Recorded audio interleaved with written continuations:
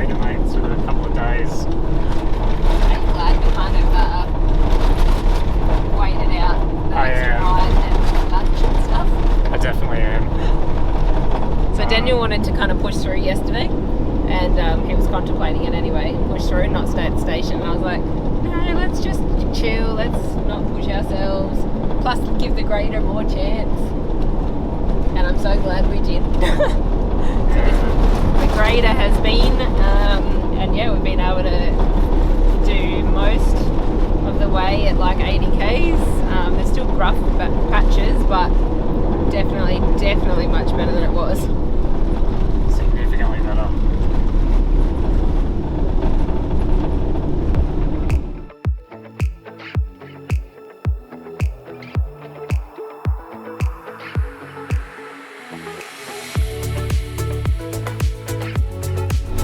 We made it. Back onto the Gibb. Yeah, what, less than half the time it took us to get up to Drysdale? Yeah. So it was over 2 hours to get up there, and it was 58 minutes to get back to the Gibb turn off. So magic, what a grader does. They obviously haven't graded the Gibb though, you can hear the rattles. But that's not too bad. Not too bad. Yeah, it's not too bad.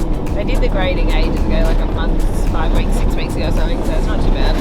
Drysdale hasn't been done since last year. Yeah, whereas Drysdale Road up there, that Ellenbrae Road, hadn't been done since last year, so there's the difference. But anyway, not long until we'll be at the next camp.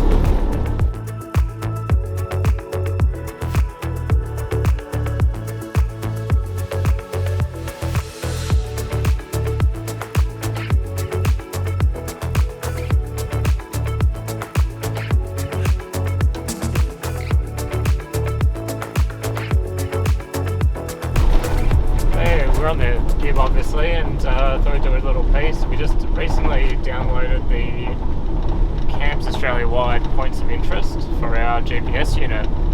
I thought now's a good time, so we can show you it.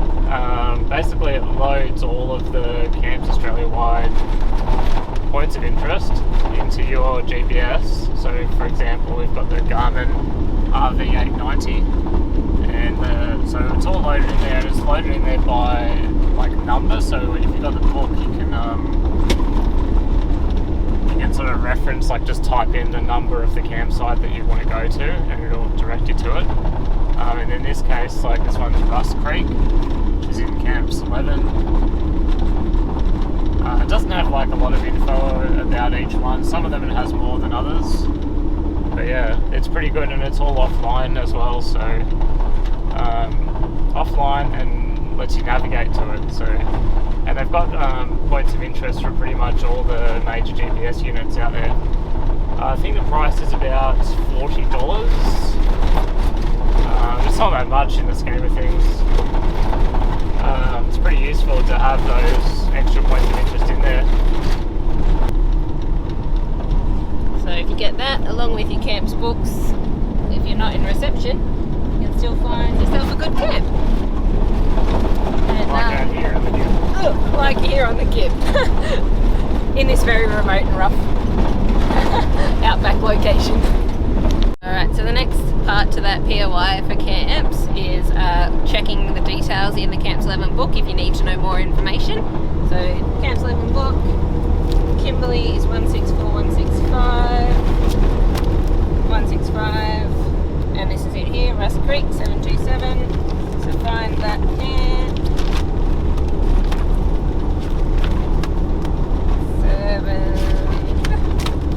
727 Rust Creek. So it's got all the codes there as to all the info you need. Easy as. Also, don't forget we can get you 10% off your camps purchases. So that's your Camps 11 book, Caravan Park 6 book, which is a new one out, your Camps Pendium, Point of Interest, or the cookbook. So any of those products from camps, we can get you 10% off. I'll pop the code in for you here as well. So don't forget to use that and get yourself a little bargain.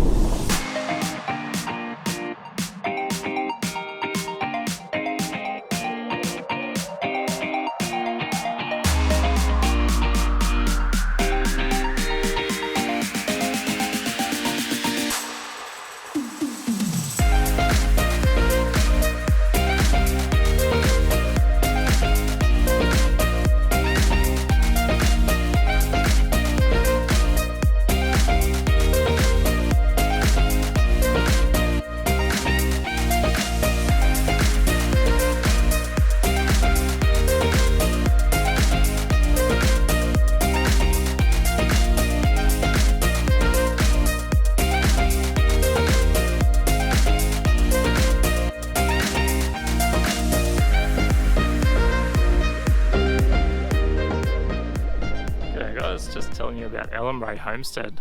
So we just spent the night here and we approve. 2 thumbs up. So they've got 2 campgrounds. They've got jackaroos or ringers. Ringers is the nicer one. Definitely try and get into ringers if they have the space available.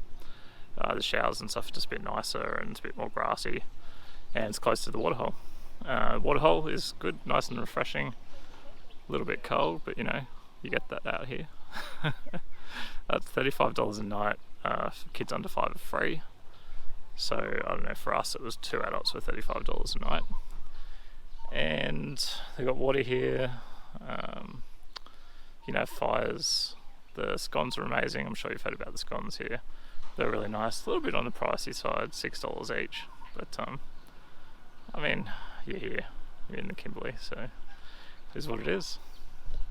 Alright, have a good time. We're going to go and hit the road again, out to the Pentecost River.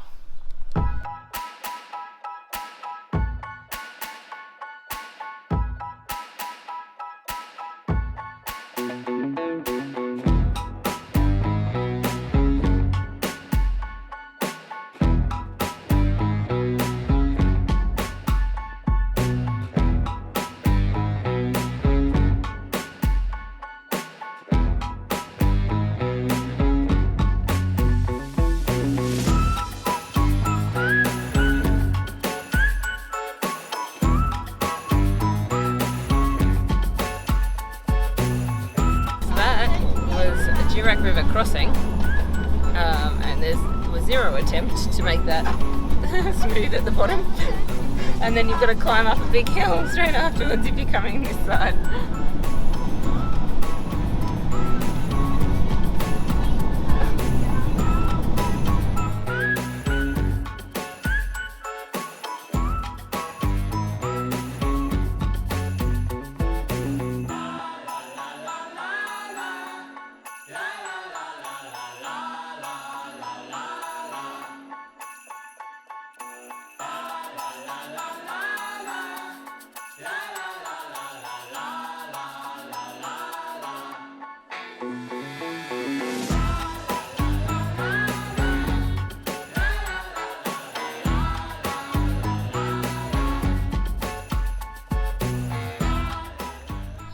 Under the bonnet, huh?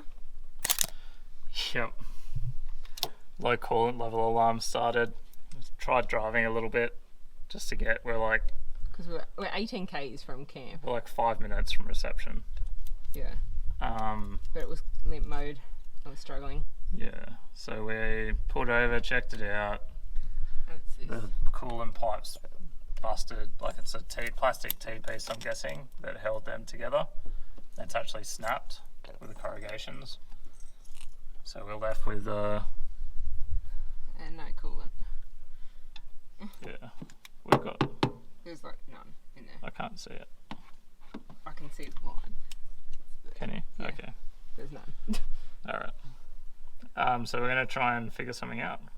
And limp our way to somewhere. Yep. Yeah. Cool. You know, we're like, what, 2 days from the end of the Gibb, basically. Yeah. And, yeah, it's nothing you can expect. No, exactly. But it's just like, we were so close to the end. Yeah. Without any major issues. And now this. So, anyway.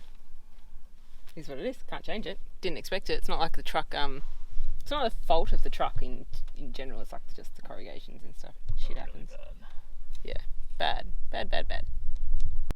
We've got it out. This is the culprit, this T-piece. It's snapped, clean snapped in the corrugations. So we've got some lovely people here helping us, thankfully. Happens to be a mechanic. Happens to be a mechanic. So we're going to try and bypass this T-piece with a straight connector through from the top to the bottom, from the coolant into the engine. And then we'll go to Kununurra tonight. Yeah. And hopefully mechanic can help us tomorrow morning. Yeah. And then we can go out to Questro from there. Yep. As per booked.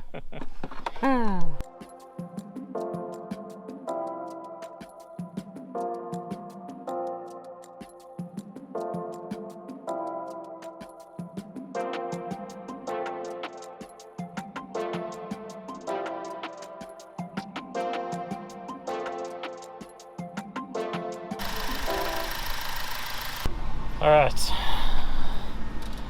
She's replaced. We've replaced the T-piece with a straight piece of John Guest hose, clamped it on. So his assessment was that it was a return line that snapped, so basically just filled the radiator with water again, filled the coolant with water, and blocked off the return hose into the coolant bottle. So I'm just going to try and make it to Kununurra now. Fingers crossed.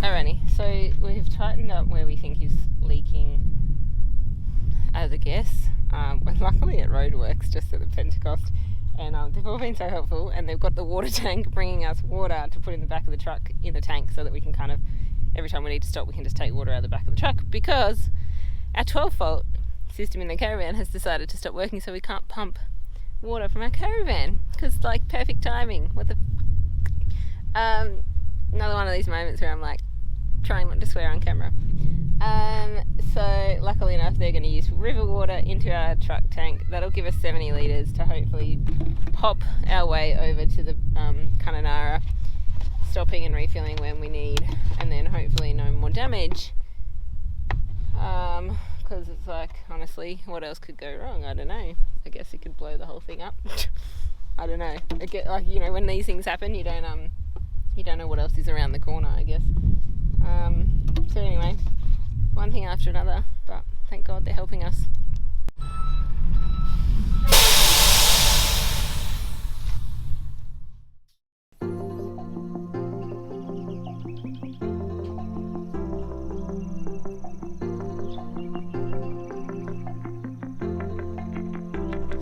Okay, so as you know, we've had a bit of a day. So it's getting on to sunset, and we're still another like 60 k's to Kununurra, and with our 12-volt not working at the last kind of stop, we're like, we can't keep going, and they end up being in the dark when we get there, and by the time we check into a caravan park, who knows what time it would be. So to then try and fix the 12-volt, so we just found a random patch on the side of the road so that we had time to sort that out. And of course, it's when you're in these sorts of places that sunset's gorgeous. And it was like, holy dooly, let's send the drone up. So he's going to pop that up, and I'm going to, I don't know, start organising some dinner. But yeah, this is us for tonight. Let's send the drone up.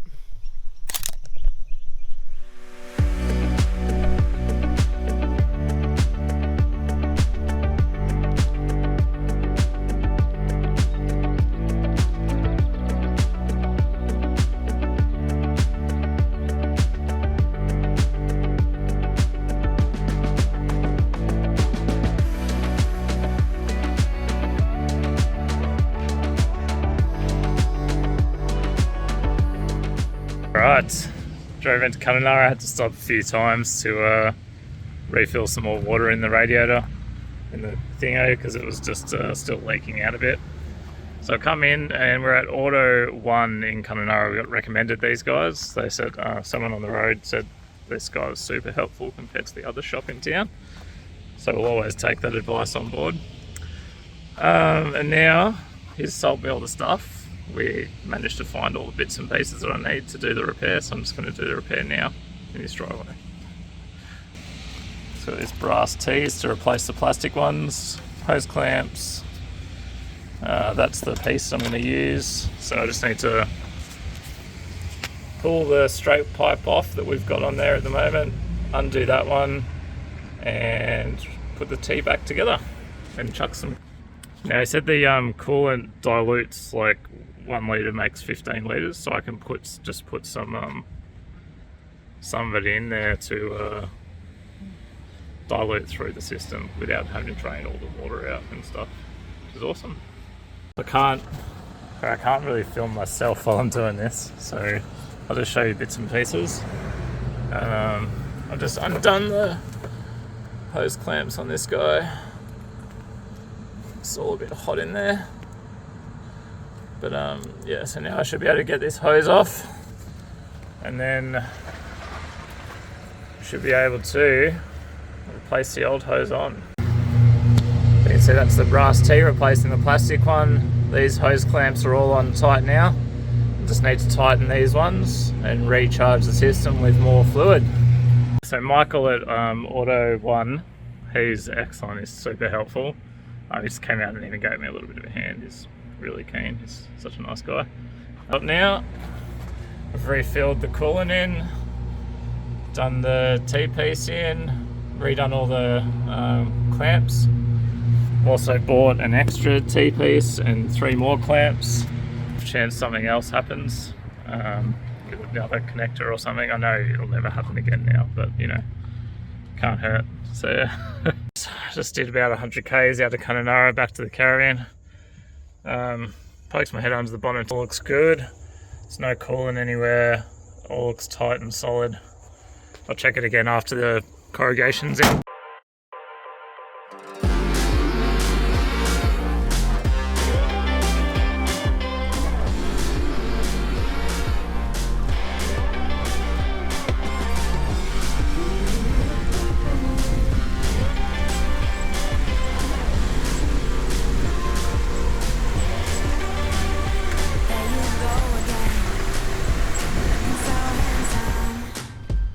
You have your way, and it's making me weaken. You and your status, walking like that. It's really getting too much, but I can't pull back. Though I try to resist, I can't fight this. And no one makes me feel like you do. When no one sets my body on fire, and no one gives me shivers like you. Oh, no one does it better. Good morning from our Questro. So we got back on the road yesterday after Daniel's truck fix and made our way to our Questro. We got here and we just chilled because we'd had such a big couple of days that we just needed some chill time. And where we camped, there were a couple of other families, a couple that follow us and things like that, so we just chilled out, chatted with them. But yeah, so we're off early this morning and we're heading over to Zebedee Springs, which are the hot springs here at El Questro. Let's go.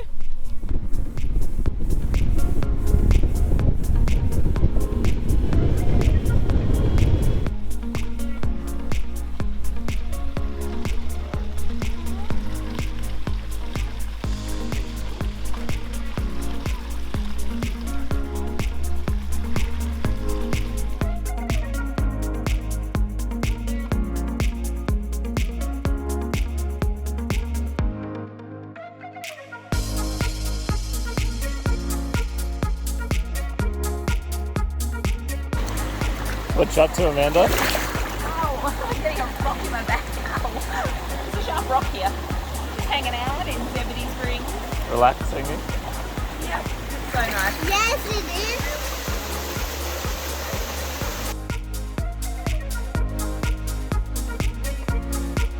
What do you think, Daniel? Mate, that is, I think, one of the most beautiful spots in Australia.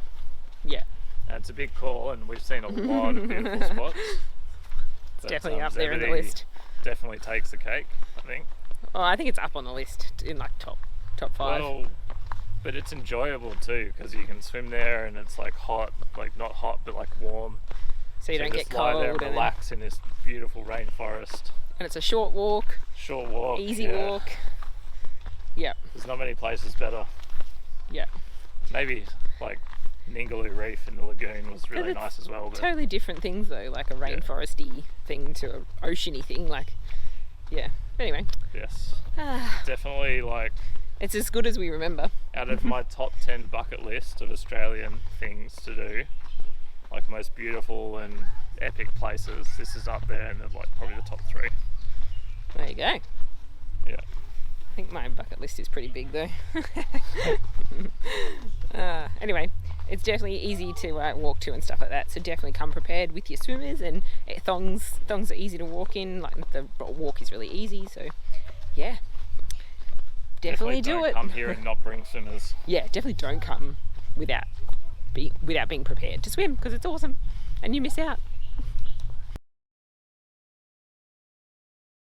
We're at the Cantina at Questro today and having some burgers. It's a pretty limited menu, but that's alright.